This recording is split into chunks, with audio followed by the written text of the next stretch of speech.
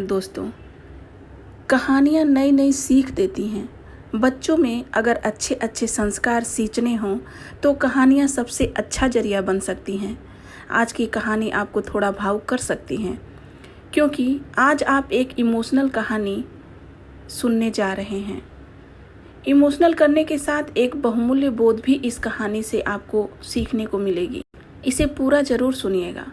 हर दिन एक भिखारी दरवाजे के पास आकर भीख मांगता था और घर का मालिक हमेशा घर के बाहर आते ही उसे देखकर फिर जाया करता। कई बार उसके लिए गालियां भी बकता। वो कहता, तू जिंदा ही क्यों है? पूरी जिंदगी ऐसे ही भीख मांगेगा क्या? धरती का बोझ क्यों बना बैठा है? और कभी कभी उस भिखारी को गुस्से में वह धक्का भी मार दिया करता। इतना कुछ हो जाने के बावजूद भिखारी के मुंह से सिर्फ यही निकलता कि भगवान तुम्हारे पापों को माफ करे। एक बार सेठ को धंधे में बड़ा नुकसान होने की खबर मिली। सेठ बहुत परेशान था कि तभी उसके दरवाजे पर वही भिखारी आया। गुस्से में अपना आपा खोते हुए सेठ ने उस भिखारी को पत्थर दे मारा।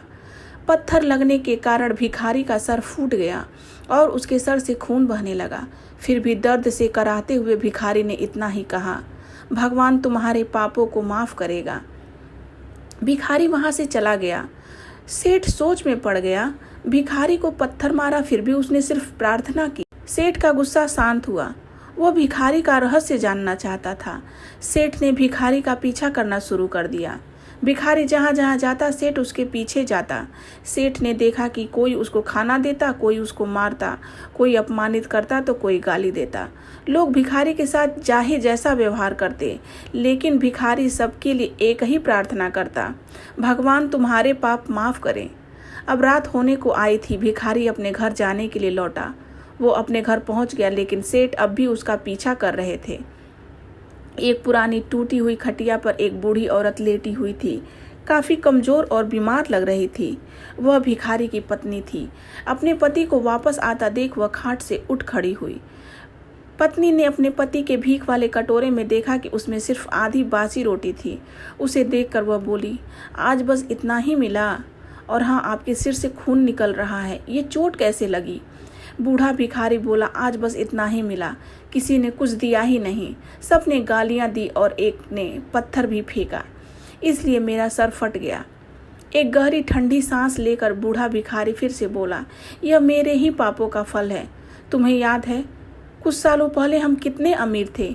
क्या कुछ नहीं था हमारे पास हर चीज जरूरत से ज्यादा थी, लेकिन हमने कभी दान नहीं किया। और उससे भी बुरा हमने उस अंधे भिखारी के साथ किया जो हमारे द्वार पर भीख मांगने आया करता था। बूढ़ी पत्नी की आंखों में आंसू आ गए। वह बोली, हाँ, हम उस बेचारे अंधे के साथ बहुत बुरा करते थे। उसका अपमान करते थे। उसे खाने के लिए रोटी की जगह कागज दिया करते थे।